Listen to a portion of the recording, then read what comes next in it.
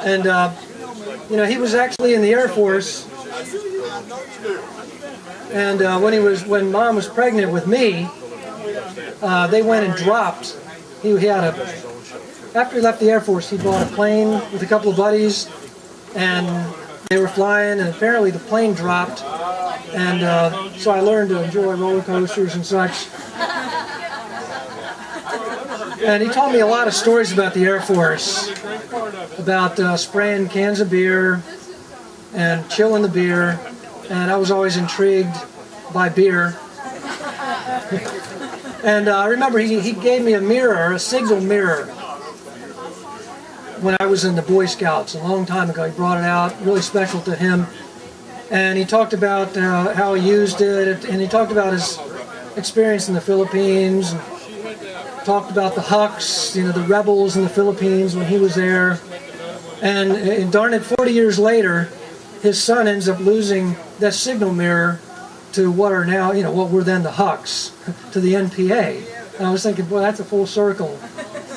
Yeah, it's a full circle. Here his son went back to the Philippines and lost this mirror to the NPA, New People's Army, just like the Hucks. But he taught me how to tie knots and put a lot of stuff on the roof of the car. And he had pedal boats, and we had tents up there, and grills up there, and dirt bikes up there, and I learned a lot about knots from Dad. And he taught me about driving. And back then, kids could learn about driving because they could sit up there with the front seat and watch their dad drive. And I learned it was very important to have somebody next to you when you're driving, because it's hard to open your beer when you got it in one hand, because the other hand's got to smoke, because you got the cigarette in the other hand when you're driving. And I'm just glad that we didn't have seatbelts to get in the way, because there were too many kids in the car for the number of seatbelts they put in there.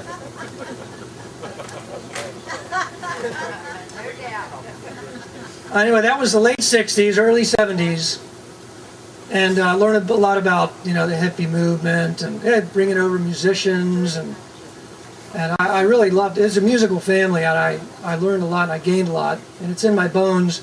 It may not show, we'll see, when I play something, but this is the late 60s and 70s, and drugs and all that, drugs and burning cards, they do a lot of drugs now, and they did less drugs in the 60s and 70s. And I think everybody's doing more drugs now. But he's got pillboxes now and all kinds of stuff. And,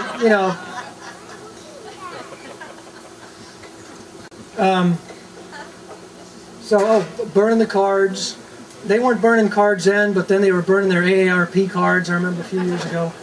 And they recently went to a rally in D.C., I don't know if the Jon Stewart rally, it was sort of Comedy Central's rally.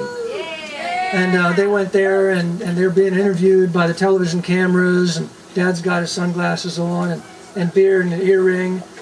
And so, they wanted to pick somebody cool, and they picked somebody cool. So, there's a lot more going on now than there was in the 60s, actually. Taught me about fixing stuff, and that's where I learned my first foreign language. Little fixing stuff.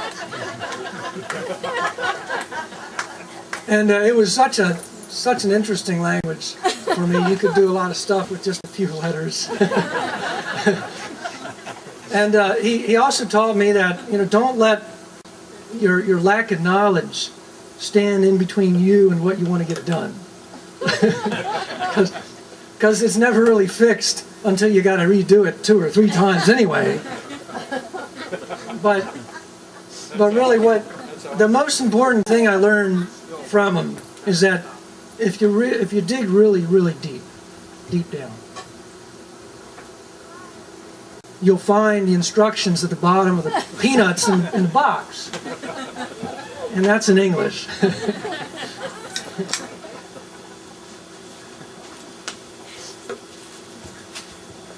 So I did get him a book. I'll tell you about the book. But you know, I enjoy fixing stuff, and I feel confident when I go into stuff, and I think, you know, working, replacing all this, decking myself and doing all this stuff, you know, you can get pride out of that. But it's because Dad had me up there on the roof hanging shingle and doing stuff a lot. So I really appreciate that, Dad.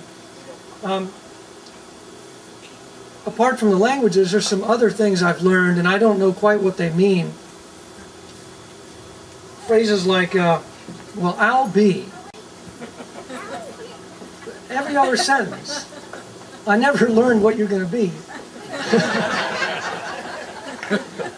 And that's apparently a common phrase from the 50s, the 40s, you know, generation raising kids. I'll be. And how about that?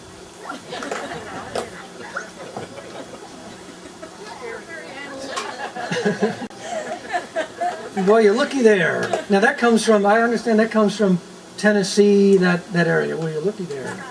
And okie dokie. And I got so used to using okie dokie, and I was over at NIH.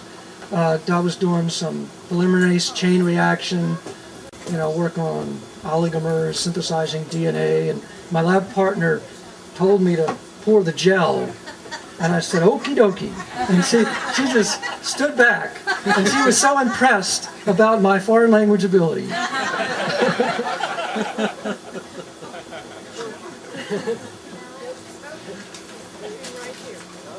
But I love you, Dad. And I know you always wanted a hobby other than music. And your fixing ability's gone downhill lately.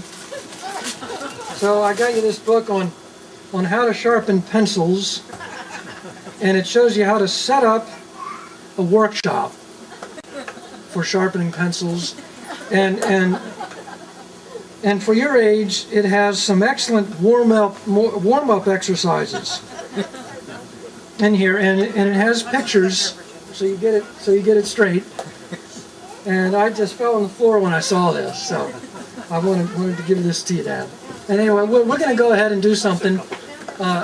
We practiced the other day. Evan's going to sing, and Steve's going to say something. Before you do that, I figured this is a good time to bring this out.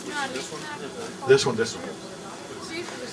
And before I give this to my dad, I remember what I've told people I work with. I live in Michigan, and when I tell people about my family and about what my mom and dad do, and that my dad has played music all his life on a lot of weekends.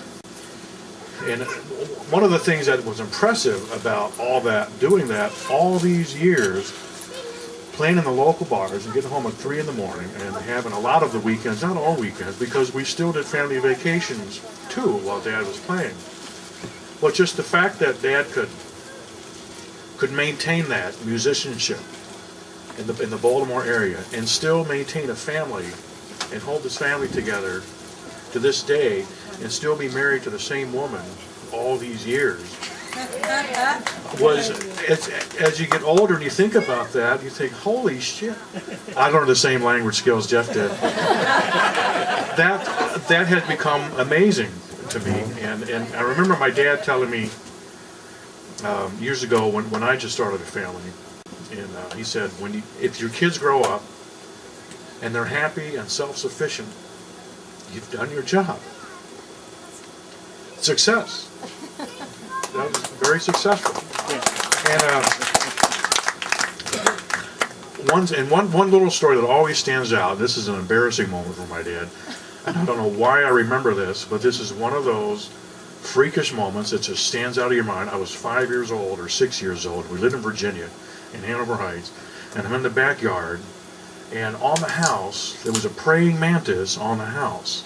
And as a 5-year-old, those are big bugs anyway, but this must have been especially large because to me, it looked like as tall as this tent. It was a big praying mantis, bright green, and I showed it to my dad, and I don't know why he had the hose in his hands. It was watering something, and I guess he wanted to protect his kid.